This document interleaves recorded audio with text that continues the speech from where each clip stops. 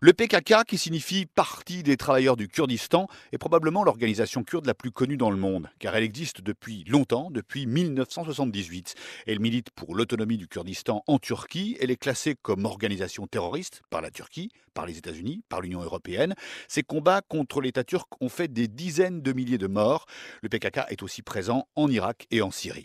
Le PKK a été créé par un homme appelé Abdullah Öcalan. Nous sommes en 1978 et il faut savoir qu'à cette époque, l'identité des Kurdes est tellement niée que le mot kurde est tout simplement interdit en Turquie. Et pourtant, cette population se compte en millions de personnes. 15 millions aujourd'hui en Turquie.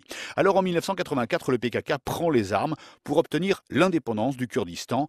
Une guérilla commence contre les autorités turques, des actions sanglantes qui feront environ 50 000 morts. Pourquoi ce parti est-il considéré comme terroriste? Alors en Turquie, c'est en raison des attaques contre les autorités. Après, les États-Unis et l'Europe ont classé l'organisation dans cette catégorie pour les actions perpétrées par le PKK, notamment en Allemagne, avec assassinat et tentative d'assassinat. En 1999, le leader Abdullah Öcalan est arrêté hors du territoire turc, au Kenya précisément, par les services secrets turcs aidés par les Américains et les Israéliens. Depuis, il est en prison sur une île au large de la Turquie. Dans le conflit avec la Turquie, il y a eu de multiples trêves régulièrement rompues. La dernière trêve a volé en éclats l'été dernier et les combats ont repris en Turquie, dans le sud-est du pays qui est peuplé par les Kurdes.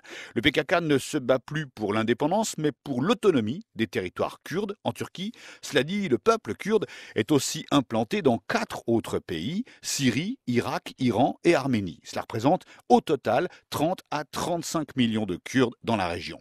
Logiquement, le PKK est aussi présent en Irak et en Syrie avec des partis alliés. Ils combattent Daesh dans le nord de la Syrie et dans le nord de l'Irak. Le nord de l'Irak où la population kurde a un territoire autonome depuis la première guerre du Golfe en 1991. Mais comme la Turquie redoute ces partis kurdes aux portes de son territoire, juste derrière sa frontière, eh bien elle les bombarde régulièrement, que ce soit en Irak ou en Syrie.